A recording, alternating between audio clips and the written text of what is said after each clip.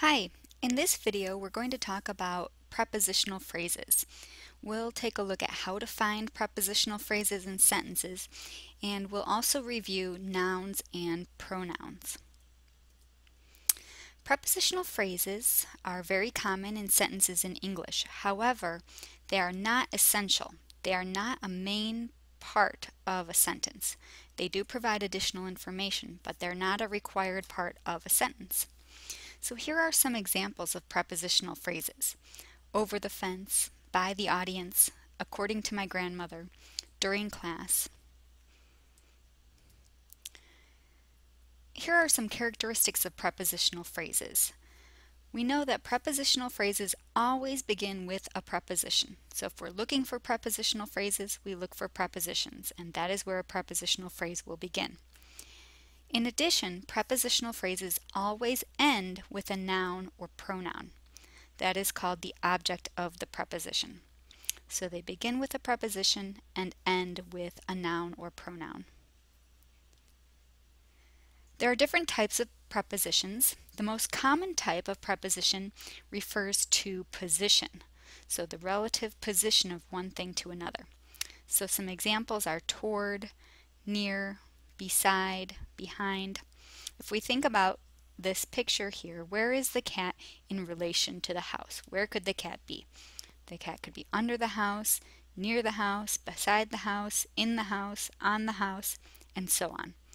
Those are all prepositional phrases that include prepositions that show position: under, near, beside, in, on, over, and so on.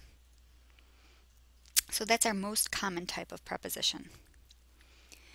There are additional types of prepositions. We also have prepositions that signify time. So here are some examples: before, after, during, since, till, and until.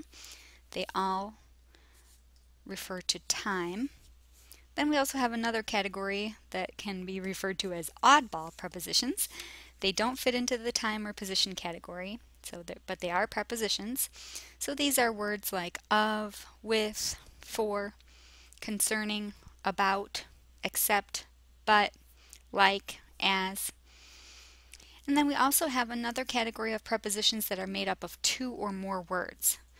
So these are, here are the examples here: according to, prior, prior to, in front of, as to, out of, due to, subsequent to, in addition to, along with, as well as, aside from, because of, inside of, on account of. Notice they're all made up of two or more words. So again, we have our position prepositions, also time prepositions, the oddball prepositions that don't fit into the time or position category, and then those that are made up of two or more words. And again, our most common type of preposition is the position preposition: in, on, over, beside, and so on. We also know that prepositional phrases always end in a noun or pronoun. So let's review nouns. Nouns name a person, place, thing, or idea. So here are examples of persons: actor, artist, blogger, Brad Pitt, Picasso. Places: park, street, school, or they could be specific places like Alton Baker Park, 30th Avenue. Things: book, movie, email, and so on, or specific things like National Geographic, Google. We also have ideas or concepts that are considered nouns. So here are some examples: religion, philosophy, freedom, or a specific example, Buddhism. So nouns are person, place, thing, or idea. Pronouns refer to or replace a noun, and they help us avoid repetition. So here's an example without pronouns. Michael Jordan played basketball for Michael Jordan's team, the Bulls. Then Michael Jordan decided to change the course of Michael Jordan's career, and Michael Jordan decided to play golf and baseball instead. However, Michael Jordan was not as successful playing baseball, so Michael Jordan decided to go back to Michael Jordan's old team, the Bulls. As you can see, it's very repetitive. We keep repeating over and over Michael Jackson, Michael Jordan. So what we can do is replace some of those nouns with pronouns. For instance, Michael Jordan played basketball for his team. That's a pronoun. Then he decided to change his career. Again, pronouns, he and his. So here are some examples of pronouns: I, me, you, we, they, them, he, him, she, her, and so on. So these are pronouns. They can replace a noun, and they're always referring to something, to a specific noun, but they can replace the noun so that we don't have to be too repetitive. So remember, prepositional phrases will always end in either a noun or a pronoun.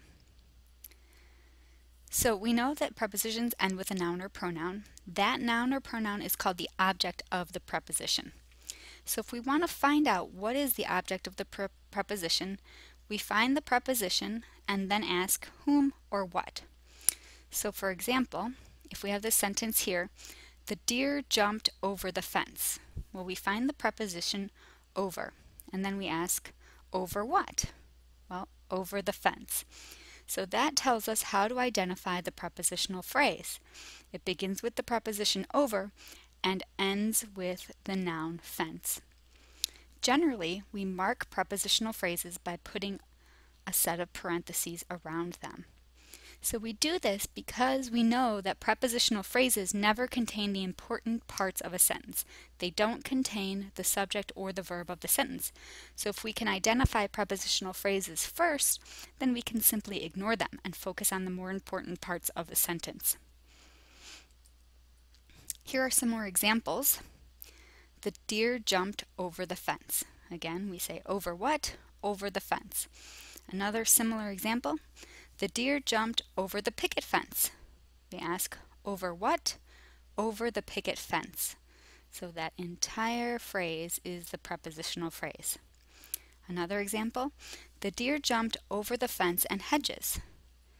Over what? Over the fence and hedges.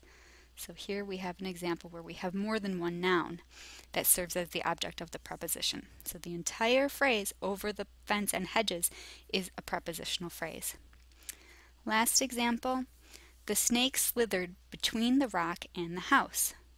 So here's our preposition between. So we ask between what? Between the rock and the house. So that tells us that this entire phrase, between the rock and the house, is a prepositional phrase. So here's a summary. Prepositional phrases always begin with a preposition. Most prepositions indicate position, like in, on, over, beside, near. But they can also indicate time, or they can be one of those oddball prepositions like of or concerning. Or they could be made up of more than one word, like because of or according to. So our prepositional phrases always begin with a preposition. They always end with a noun or pronoun. Nouns, again, are persons, places, things, or ideas. Pronouns replace nouns. Prepositional phrases never contain the subject or verb of the sentence. So if we can identify the prepositional phrases first, we can simply ignore them to find the more important parts of the sentence. So that's why we try to find prepositional phrases first.